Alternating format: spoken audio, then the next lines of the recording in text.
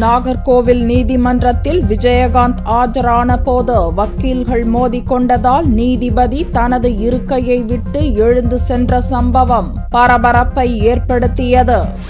கடந்த ஆண்டு அக்டோபர் மாதம் நாகர்கோவிலில் நடந்த பொதுக்கூட்டத்தில் தேமுதிக தலைவர் விஜயகாந்த் தமிழக முதல்வர் ஜெயலலிதாவை பற்றி அவதூறாக பேசியதாக அரசு வக்கீல் ஞானசேகர் முதன்மை அமர்வு நீதிமன்றத்தில் வழக்கு தொடர்ந்தார். இவ்வழக்கு விசாரணை தொடர்பாக ஜூலை 1ஆம் தேதி திங்கட்கிழமையன்று இந்நீதிமன்றத்தில் ஆஜராக விஜயகாந்த் காலதாமதமாக வந்தார். அப்போது அங்கு வேறு ஒரு வழக்கு விசாரணை நடந்து கொண்டிருந்தது.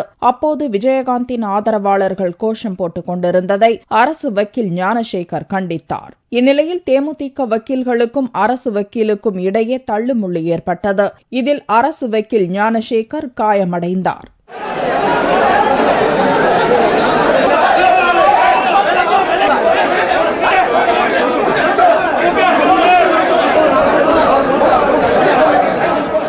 விஜயகாந்த் என்னை பக்கத்தில் நின்று கொண்டு முறைத்து சைகை காட்டினார். வழக்கறிஞர்கள் உடை அணிந்திருந்த 5க்கும் மேற்பட்டவர்கள் திடீரென்று என்னை தாக்கி என்னுடைய கண்ணாடியை உடைத்தார்கள்.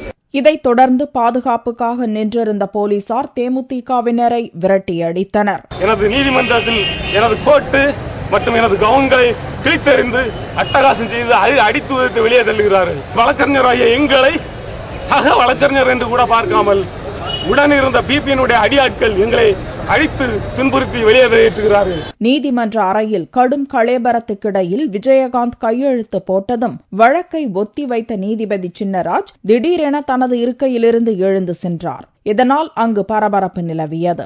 இந்நிலையில் சென்னை அமர்வு நீதிமன்றத்தில் தமிழக அரசின் மற்றொரு அவதூறு வழக்கில் திங்களன்று விஜயகாந்த் நேரில் ஆஜராகவில்லை. அவரது வக்கீலும் ஆஜராகாத நிலையில் வரும் 29ஆம் தேதிக்குள் விஜயகாந்த் கண்டிப்பாக ஆஜராக வேண்டும் என்று நீதிபதி பிடிவாரண்ட் பிறப்பித்து உத்தரவிட்டார்.